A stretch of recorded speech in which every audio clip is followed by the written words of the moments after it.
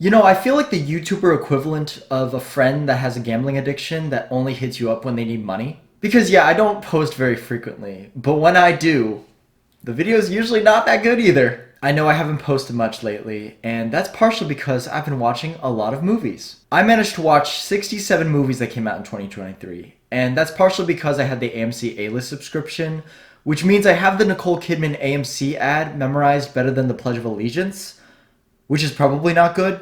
And as I was watching these movies, I was periodically ranking them in terms of my favorites to least favorites, and I thought we could go through them today. And I'm just going to do a brief overview of my thoughts on each of these movies. I'm not going to go in depth on 67 movies because I value your time and my own. And of course, these thoughts are all spoiler free, so don't worry. I found Beau is Afraid to be pretentious, way too long, one note, and a movie that if you want to get any piece of information out of me, threaten to play this in front of me and I will tell you anything. I know the zone of interest being this low on the list is going to be controversial, especially because it won an Oscar, but I found this movie to be one of the most boring experiences of my lifetime. And it's a premise that you understand within the first 5 minutes, and then anything beyond that doesn't really expand that idea.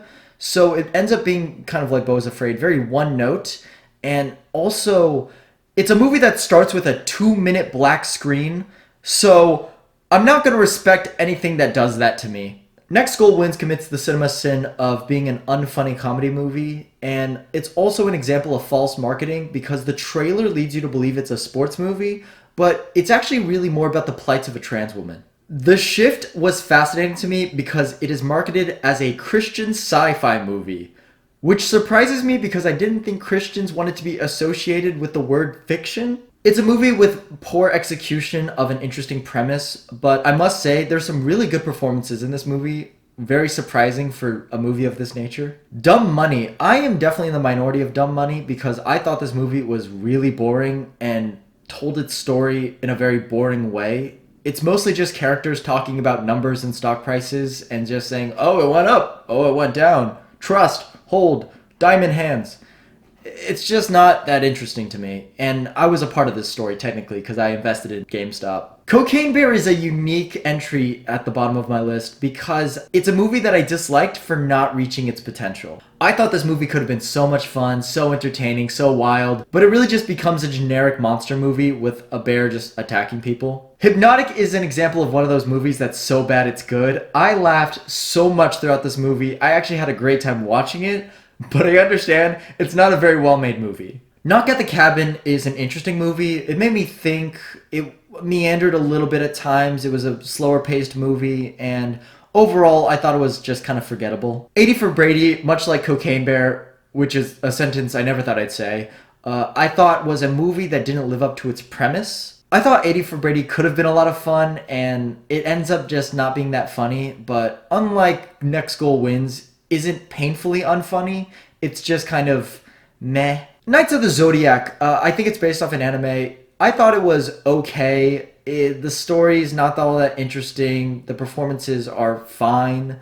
The one redeeming quality of this movie is that it has a fight scene at the very beginning that was way better than it had any right to be, and I would actually highly recommend you watch that fight scene and then just turn off the movie. Love in Taipei. Okay, this is a direct-to-streaming romance movie that if you've seen this movie, you know the ending is awful. I hated this ending. It is just, oh my gosh. I actually liked Love in Taipei up until the last 5 minutes. And the last 5 minutes infuriated me so much, I plummeted it to the bottom of my list. Okay, Evil Dead Rise, another unique entry in my list because I understand that this movie is actually very well made and it's enjoyable to fans of the franchise, but I'm just not a personal fan of gore horror movies, and that's just personal taste. It's probably one of the only genres of movies that I don't like, and I only watched this because my friends wanted to watch it, so that's why it's so low on my list.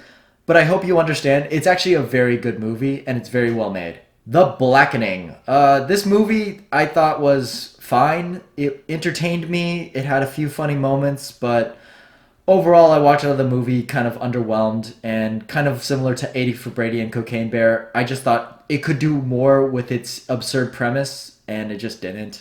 The Marvels, also known as the death of the Marvel Cinematic Universe, was really disappointing. I wanted to like this movie so badly, but it ends up just being a very messy, haphazardly put together movie that just ends up being really forgettable. The Boy in the Heron. Once again, another Oscar-winning movie that I have very low on my list. This movie's weird.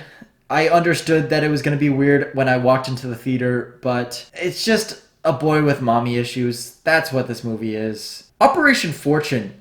I'll be honest with you. I don't even really remember what happens in this movie. I just know that Jason Statham's in it, and Aubrey Plaza. Aubrey Plaza is also in it, and they're like committing some heist of some sort, and they hire an actor to play himself, but he's like in on the crime. I'll be honest, I just do not remember this movie. Tetris is a movie that I think almost plays like a cartoon, but in live action, because the villains in this movie are really over the top, and it has a really fun performance by Taron Egerton. But other than that, this movie is just fine. Shazam! Fury of the Gods might be the most generic superhero movie I think I've ever watched, which is saying a lot. It was perfectly okay. I had no issues with Shazam! Fury of the Gods, but at the end of the day, it's just a pleasant way to kill 2 hours. A Tourist Guide to Love is your typical rom-com fare, and I thought it had a few cringy moments, a few sweet moments, but overall, it was a good time. Wish is a very generic Disney movie that I give props to for having a very unique art style, but other than that, it's nothing you haven't seen before. And on the complete opposite side of that spectrum, I thought Poor Things was one of the most unique movies I've seen in a very long time.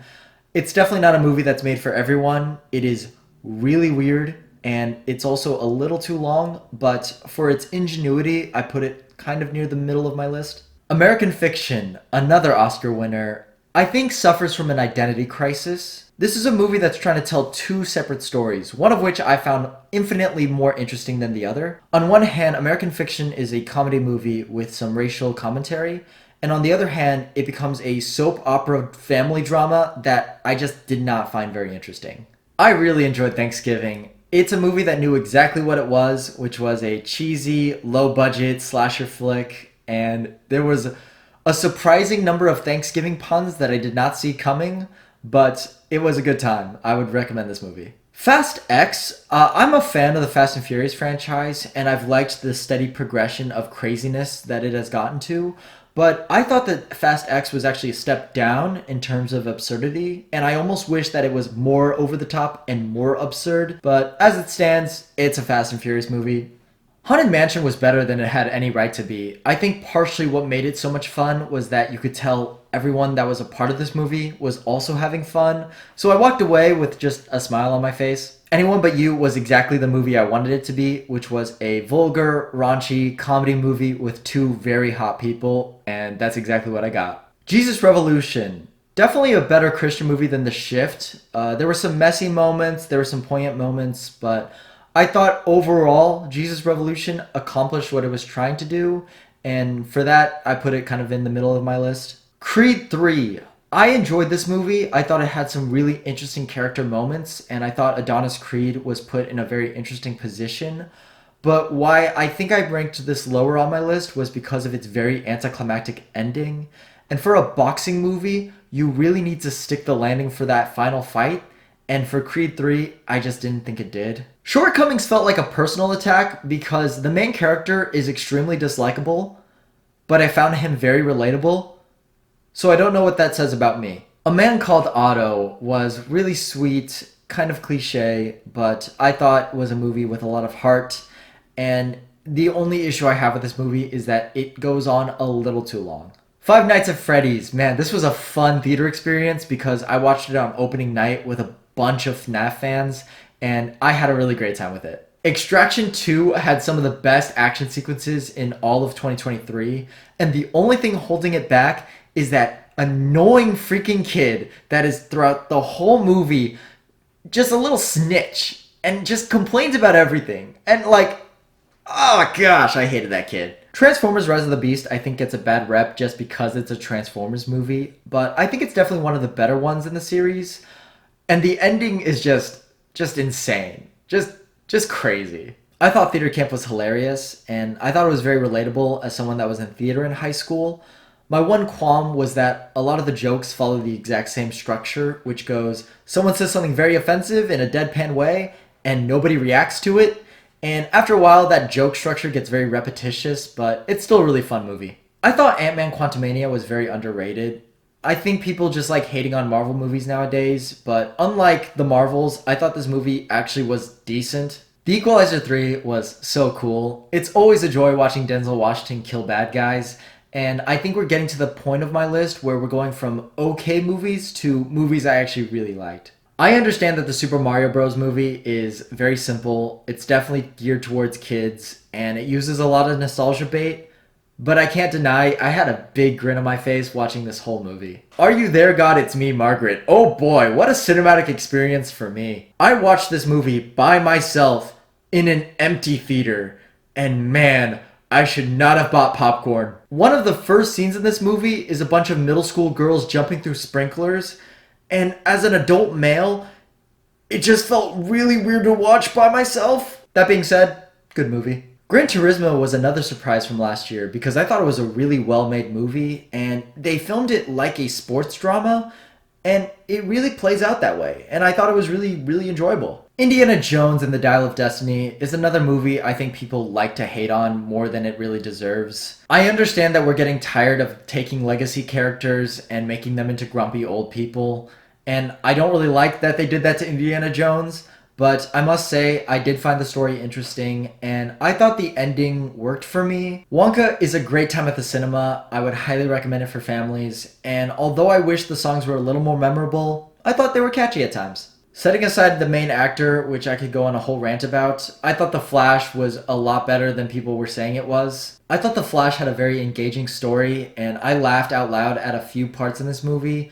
I can't deny I really did have a good time with it. Alright, we are officially entering Kaysen's top 25 movies of 2023, and we're starting off with Sound of Freedom, which was a sleeper hit at the box office. I'm glad it made as much money as it did because it is a well-crafted movie with a very important message. Hunger Games: The Ballad of Songbirds and Snakes was way better than I thought it was going to be, and other than its really rushed ending, I thought was very enjoyable and very entertaining. I might be a little biased towards A Haunting in Venice just because I love murder mystery movies, but what I loved about this movie was its incorporation of horror elements into the murder mystery that I just found to be really fun. Blue Beetle is a movie that I think would have been better received had it come out a decade ago as opposed to last year, but as it stands, I thought it was a very entertaining superhero movie with a lot of heart. Teenage Mutant Ninja Turtles Mutant Mayhem might be a blatant ripoff of Spider-Man Into the Spider-Verse, but what I really appreciated was how it incorporated coming-of-age elements, and it really made the Teenage Mutant Ninja Turtles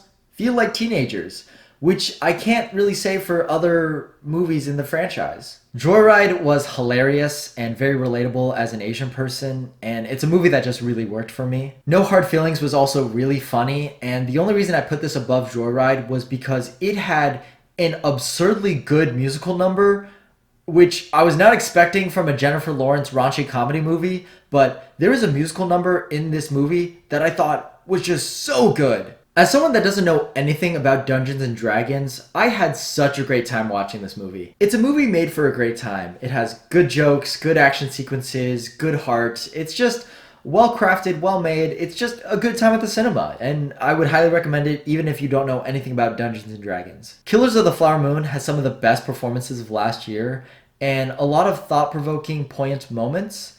It does run on a little too long, but I also can't deny the craftsmanship. I know Oppenheimer is a lot of people's favorite movie of 2023, and while it's still very high up on my list, I thought this movie was fantastic. I didn't think it was a cinematic masterpiece like a lot of people were saying it was. There are definitely some bloated parts of Oppenheimer, especially in the third act, but it's a great movie, like I can't deny it. Controversially, I put Barbie right above Oppenheimer on my list, and yes, I did intentionally put them together. I thought Barbie, while its messages were a little heavy-handed, was some of the most fun I had at the cinema last year, and I think really represents everything that the cinematic experience is all about. The Covenant was easily the biggest surprise of 2023 for me. I know Guy Ritchie can be kind of hit or miss with his movies, but this movie I really liked. Not only was a really well-crafted war movie, but just an interesting character study. Air is a movie that benefits from its very sharp script and great performances, and I'm still in awe of the fact that they made a movie about shoe development interesting. Elemental is a movie that wears its heart on its sleeve, and I walked out of that theater genuinely feeling touched. Guardians of the Galaxy Volume 3, aside from its uneven tone at times, was a really fulfilling superhero movie that had a lot of very great character moments and was a very satisfying conclusion to the Guardians of the Galaxy trilogy. Alright, entering the top 10, May December is not going to work for everybody. It's a movie that has a very unique voice and a story that might not work for everybody, but for me, it very much did. And now the most controversial pick on my whole list, The Little Mermaid. I know everybody is sick of these live action Disney remakes. I know they're just blatant cash grabs. I love The Little Mermaid. I had a great time watching this movie. I'm unapologetic about it. If you're a hater of it, so be it. I liked it. Mission Impossible Dead Reckoning Part 1, also known as Mission Impossible 7, was not as good as Fallout, but still was a great time at the cinema, and I thought had wonderful action sequences, a surprisingly engaging story, and man, Tom Cruise has still got it. Suzume, also known as the movie where a girl falls in love with a chair, is one of the most beautifully animated anime movies I think I've ever seen. And I mean that sincerely, it is a feast for the eyes, and although the story is a bit uneven, I was intrigued the whole time. Godzilla Minus One embodies everything I love about film. It has amazing characters, enthralling action sequences, and it conveys its message in a very entertaining way. John Wick 4 was awesome. No movie from last year made me say, hell yeah, more than John Wick 4. I remember reading someone's review of The Holdovers, which was, they said it was the cinematic equivalent of a warm hug, and I think that is a very apt description. No movie from 2023, I think, affected me emotionally the way Past Lives did. Past Lives is undoubtedly a very slow movie, but if you take the movie for what it is and allow yourself to get immersed in that slower pace, I think Past Lives is one of the most touching movies I think I've ever seen. The Creator. I know a lot of people complain about this movie being generic, but for me, I was just getting so immersed in the world and the story of The Creator that I just didn't care. I loved this movie. And my favorite movie of 2023 was easily Spider-Man Across the Spider-Verse. I'm a Spider-Man fan, so I'm admittedly biased, but Spider-Man Across the Spider-Verse not only lived up to my expectations, but surpassed them. Across the Spider-Verse somehow improved upon its already amazing predecessor by telling a story that was both thought-provoking, but also emotional. I loved Spider-Man Across the Spider-Verse. It was everything I wanted it to be, and it just made me so happy. And that's it. That's my rankings of all the movies I saw that came out in 2023. And you can see here, this is the list of all the movies. I even added emojis because I'm extra. I thought 2023 was actually a really great year for movies. There were a lot of movies I loved and not a lot that I blatantly hated. Don't get me started on Beau is Afraid, but really there were only a handful of movies I genuinely disliked. A lot of the movies that I criticized on this list were more just okay movies that I thought could have been better. Anyways, thank you so much for watching this video. I know it was very long, but I do appreciate you sticking around to the end. Let me know in the comments which movies you agreed on, which movies you disagreed on, what were some of your favorites from last year. I know a lot of you are going to disagree with me on The Little Mermaid, but I really liked it, okay? Anyways, I'll see you at the movies.